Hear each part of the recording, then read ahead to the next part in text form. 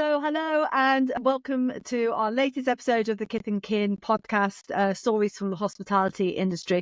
I'm really happy to welcome Gavin Taylor here to tell us all about the ups and downs that have brought him to where he is today. And of course, what makes the hospitality industry so special. So, Gavin, hi, thank you for coming and joining me with this conversation. So, can we just start with an introduction to who you are and what you do? So I'm Gavin Taylor and I'm the owner and founder of Dot and Lola. We manufacture hair and skincare for the hospitality industry. Fantastic. So tell me the story. Where did this, well, not where did this start? We will get to where this started, but let's start right way back. Tell me your story. Just start. Go. So, yeah, it all began, I guess, at school where everyone said that you wouldn't amount to anything if you don't go to university, and which left me, just in tatters because academically I was rubbish. But I could create stuff, anything. I could make things. And that led me to reaching out to the local pub across the road from the school. And they needed a pot wash. And at 14, I decided to go pot wash, and it just opened my eyes, and it suddenly, I was suddenly in the world of work, which suited me down to the ground, and I could watch, learn, and grow on my own terms. And from that point on, I don't think I didn't really go to school. I did as I was told. I did my GCSEs and I did my A-levels. During that time, I was mostly in the kitchen, and it was so exciting to be part of this huge family, because they became my family, from the owner right down to the head chef, the waitresses, to the customers, because they returned. And I felt a belonging. I felt an absolute belonging, because school was so alien to me. Yeah. I dreaded it every day, to the point of, tears, I guess, not wanting to go. But working and making a difference to people's lives was so important. So anyway, I pot washed for several years, but it was one day the pastry chef was off sick, and the head chef, as amazing as he was now, back then I thought it was crazy. He was literally crazy, man. He said, "Right, Gav, you're on. I'm on what?" And he said, "Jump on pastry. You're on pastries, 2 desserts." It's like, what? He said, "You've seen it. You're fine." I literally, it just came to me like, I don't know, like an epiphany. It was amazing. And I just felt incredible, needed, wanted. And all of a sudden I was on stage. It was the stage that I could sort of perform. And that led to, being promoted. They got a new pot wash. And at 15, I was training to be a commis chef. And soon we got more new staff, and they were all my friends from school, which was incredible. I managed to coax them all away from their studies. Yeah, by the end of, while I was 17, we were all running the kitchen on our own. There was no real head chef. It was kind of 3 mates from school, really passionate about food, and even the waitresses and waiters were all our friends from school. And it was like we'd turned a corner in our lives, and I was earning good money, brand new car, and yeah, everyone got on. And like I say, it was one big happy family. And at that point, I thought that was my career set. But obviously there was a lot more bumps in the road, I guess. That's such an amazing story that you're telling there, because I think there's lots of routes into hospitality, but that is actually quite a common route where people sort of accidentally, they do something which seems like just a very menial job, but actually it opens their eye, and you do so much learning in pots. I mean, we do so much learning there, and then you accidentally get asked to step up, and then you discover all these other things, and you say that. I mean, I don't think there are very many industries out there where you can come in with absolutely nothing, particularly like the age of 14, and within 2-3 years you're pretty much in management. And that's one of the joys of this industry, and just how exciting it is for young people to do that transition from child to adult in these environments. And I think it's amazing. Anyway, yes, carry on. No, Yeah, definitely. I mean, it was quite a stressful environment, as you're aware and know. And but we were a part of the family, so we would eat together, work together, party together, and I don't think it never got boring or never got fed up of each other. Lots of pranks on each other, it all went on, and I think it was my passion, my life's work. I wanted to be a hairdresser, but I was afraid to start my apprenticeship in hairdressing because all my friends at that time would make fun of that career as if it was only for girls or actually for gay men. And I questioned that and didn't go into it until later on in my life when my girlfriend, now wife, spotted an advert in the paper for Tony and Guy, and it was heart-wrenching knowing I would leave catering, but I knew that I had this inner confidence, this performance in me that wasn't shining from behind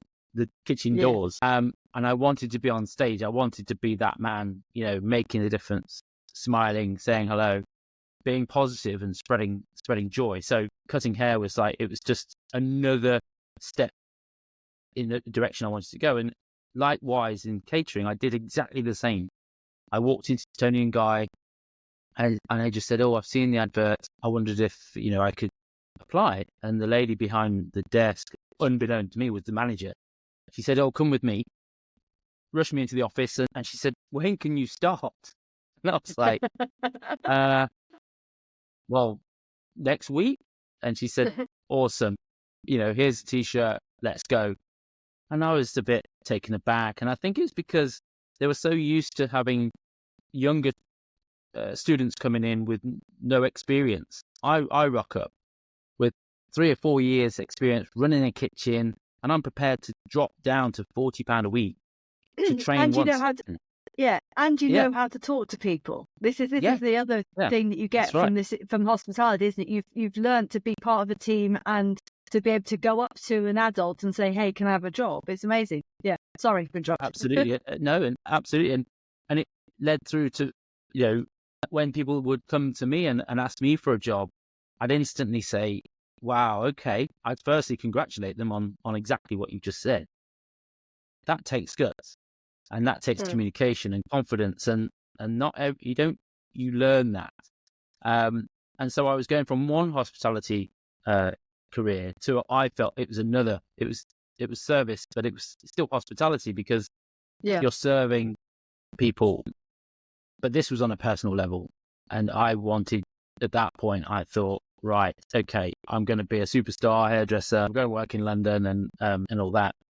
But I just chose to stay in Leicester and train to be a hairdresser at Tony and Guy, which was the best salon in Leicestershire at the time. And that took roughly 3 years, quite painful times with no money, literally surviving on tips.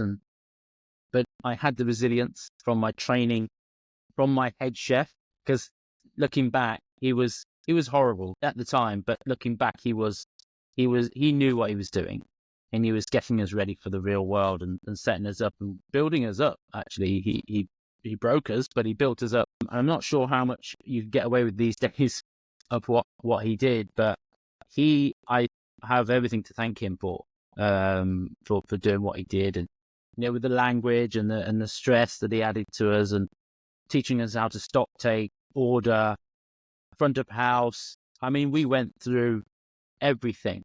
I mean, how to pour up a pint, how to serve, but it meant that we had confidence in everything we did. Then, look, it just stood me in great stead for when I then owned a business, because then I could see that you need to be able to sweep up. You need to be able to, we had our hands down the, I don't know if it was a real thing, but it was the fat drain. I don't know What, if in you the mentioned kitchen? it. Oh yeah, no, disgusting. Yeah, And we had that's to a empty thing. that.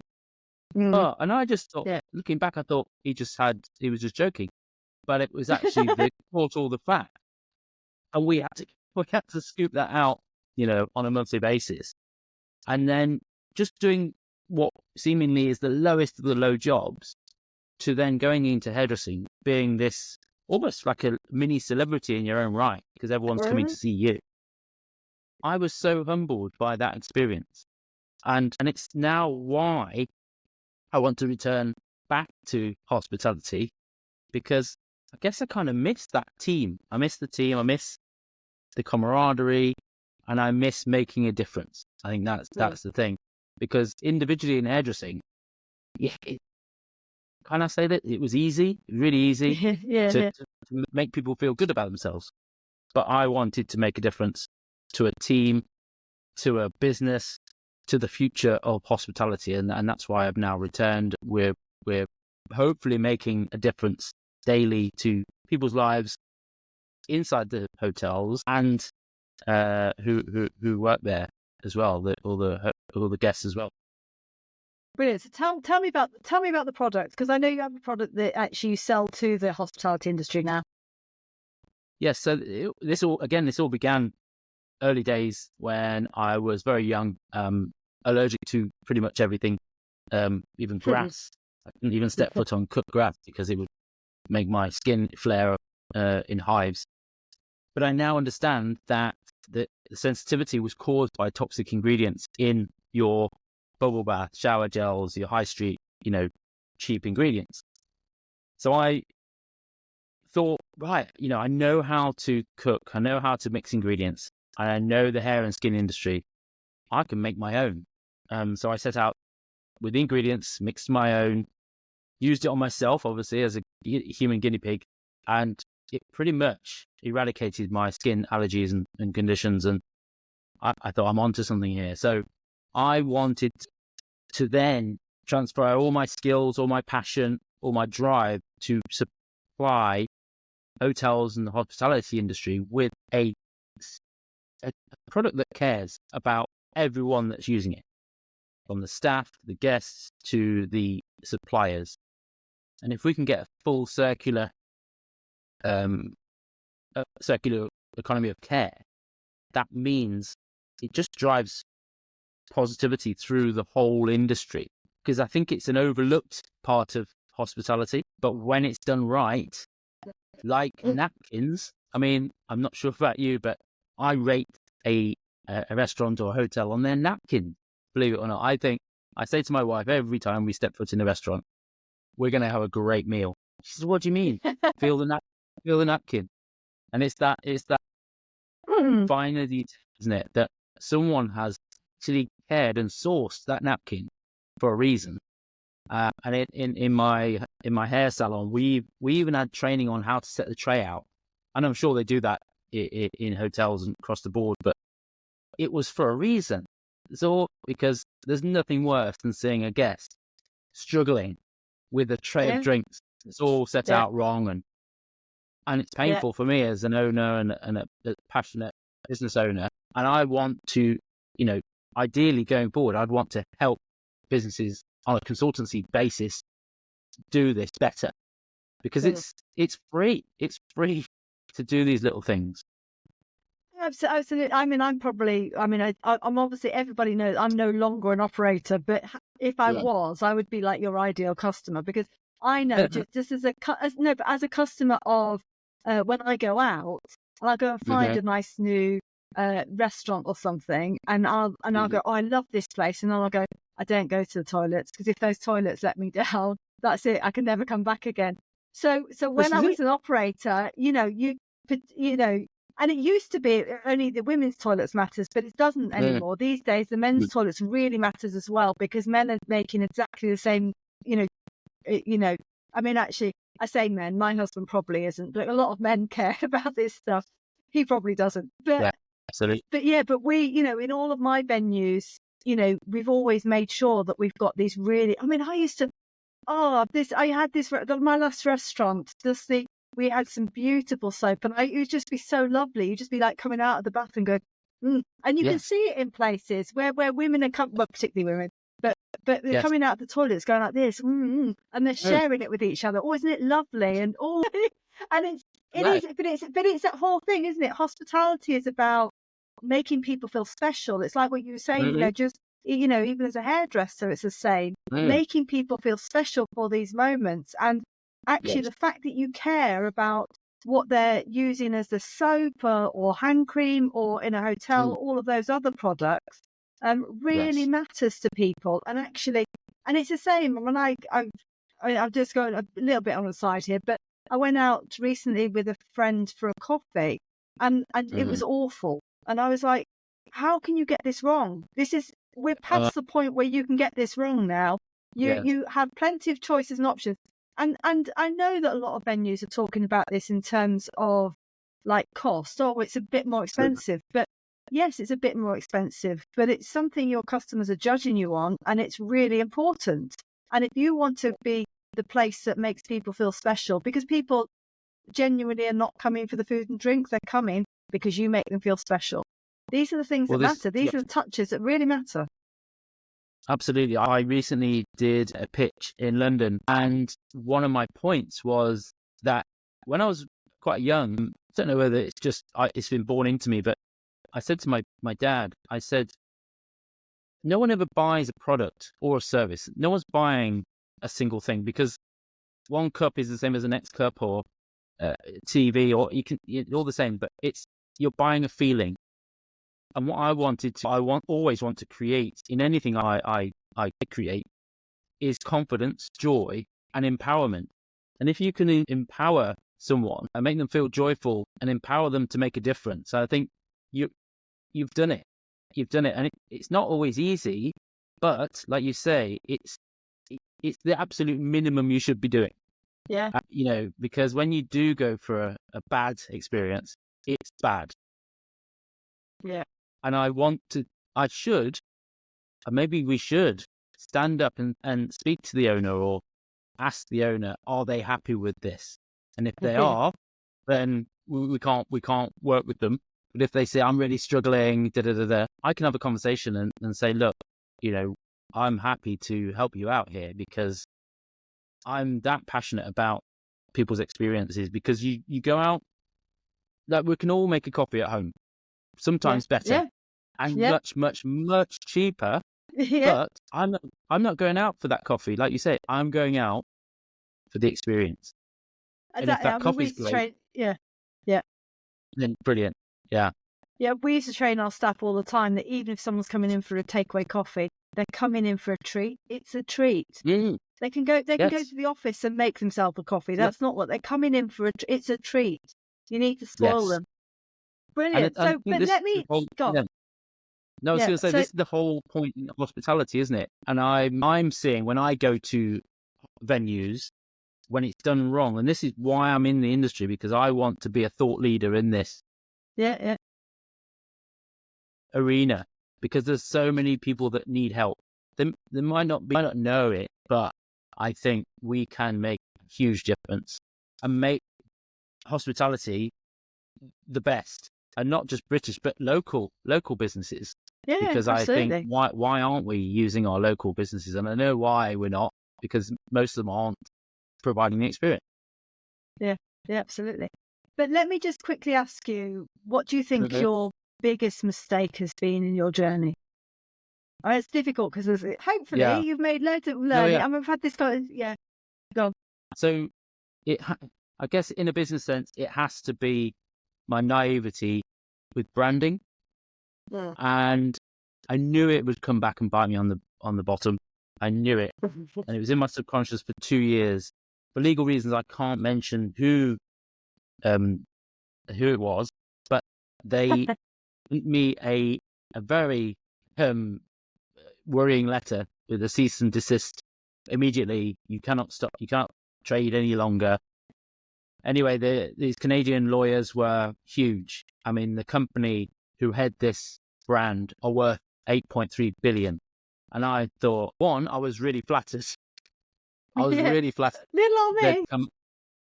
I know they'd come for me, but I knew it would happen. And it wasn't about the name, because we had our trademark and I'd done that, but the naivety that corporations are kind, or, you know what I mean? They won't step on those little ants, if you like. And I thought, no, they'll leave me alone. And it was just naive of me. Anyway, they did it. we did manage to get money off them because it wasn't a legal thing. It was kind of I'll go away if you pay me to rebrand. So they paid me a little bit of money and we were able to rebrand. But at that point, I was ready to throw the towel in. That was it. I'm done because I don't want to be a part of this corporate world because it's dirty, it's horrible, it's messy. Do I want to be in that? But then my mentor said to me, look, Gav, we need you in the industry because you are kind, you are nice. You've got to battle back, you've got to fight back. And we've got to raise our head above the parapet. Otherwise, we're just going to be surrounded by robotic brands and robotic hospitality venues that soon we won't have any forward-facing receptionists like Premier Inn. Yeah, it serves a need, but that's all it's doing. And I do not want that road to be continued. I want people to be connected and face to face. This is why I'm fighting our corner, because it was very close to me just giving in. Sometimes I felt like just going to get a job in the local supermarket, stacking shelves. Because from an entrepreneur to an entrepreneur, that would just be lovely. Sometimes just thinking about nothing else. I regularly think about getting a proper job. Yeah, but it's not in us. It really isn't in us. And money is obviously not our driver, and it's not mine. And I now, after that experience, which brought me to my knees, I just thought, I've got a big mission here, and it's going to take me to the end of my life to complete it. Fantastic. Well, what a great learning from that experience, actually. And thank goodness you didn't back down and give up, because actually that is just the bullying world that you were in. And your mentor is absolutely right. We do need people to behave differently. And what great. Anyway, so tell everyone, how can they find you if they want to find out about you? Obviously, I'll put all the information in the show notes, but tell us how people can find you. So I'm on LinkedIn, Gavin Taylor. Our website, dotandlola.co.uk, Instagram at dotandlola, and Facebook as well. But what I want is people to communicate and message me and ask me questions, and because once you start a conversation, we can all learn from each other. And my mentor said to me, why don't you start consulting with businesses? And it didn't really dawn on me that I could do that or have the capabilities of doing that. But with my experience and what we've just been talking about, I can help a lot of people be very successful, because it's the unknown. I mean, the amount of books I've read, I'm sure you've read the same. The knowledge that we have, it's silly to keep it for yourself. Absolutely. And I used to think that all these gurus and people on YouTube selling courses were just trying to make money. But actually, I've been through some of the courses, and they've got to the point where they want to help. They genuinely want to help you. Yeah, absolutely. I've grown up thinking that people are scam artists and trying to just take money off you. But I've got to that point. We've got a property company. My wife's really successful in that, and I've just sold my hair salon, and now we're manufacturing products. And it's like, oh wow, how did we get to this point? And just standing still and having a bit of a moment of gratitude, I am now thinking, wow, yeah, we can help others. So whether it's hospitality, whether it's business, message me, reach out, because we're all there for each other. Fantastic. Thank you so much, Gavin. Thank you for your time. Thank you for sharing. Thank you for being so frank and honest with the ups and downs. And as I say, I'll put all of your contact information in our show notes. And I hope to see you at our next event, because I know you attend our forum events. So lovely. Thank you for chatting, and I'll speak to you soon. Thanks, Cassie.